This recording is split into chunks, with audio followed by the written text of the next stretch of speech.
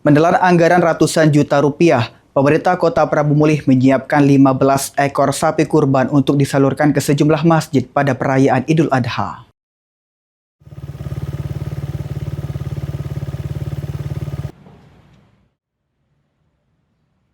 Menjelang Hari Raya Idul Adha, pemerintah Kota Prabu Mulih menyiapkan 15 ekor sapi kurban untuk dibagikan ke sejumlah masjid di Kota Prabu Mulih. Hewan kurban tersebut dianggarkan melalui bagian kesejahteraan rakyat atau Kesra Pemkot Prabu Mulih. Untuk satu ekor sapi, Pemkot Prabu Mulih menganggarkan dana sekitar 30 juta rupiah, sehingga total anggaran yang disiapkan untuk pengadaan hewan kurban mencapai sekitar 450 juta rupiah. Pemkot Prabu Mulih menargetkan penyaluran hewan kurban dapat menjangkau masjid-masjid yang membutuhkan agar manfaat kurban dapat dirasakan masyarakat secara merata. Alhamdulillah tahun ini kita akan memotong 15 sapi kurban yang akan disebarkan ke berbagai desa di Kota Prabu Mulih.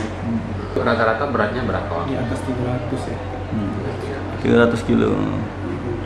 Satu sapinya kalau harganya berapa? Anggaran berapa? Anggaran untuk kurban ini? Berapa itu kan? 30 anggaran di DPA 30. Satu sapinya itu. Itu rencana disebar di beberapa masjid di desa, kelurahan atau? Ya, desa dan kelurahan ya. Kalau tahun kemarin berapa, Pak? 6. Sementara itu di salah satu tempat penjualan sapi di Kota Prabu Mulih hingga saat ini belum ada pemesanan hewan kurban dari Pemkot Prabu Mulih. Meski demikian, penjual sapi mengaku siap menyediakan sapi berkualitas dan sesuai kriteria untuk kebutuhan kurban pemerintah.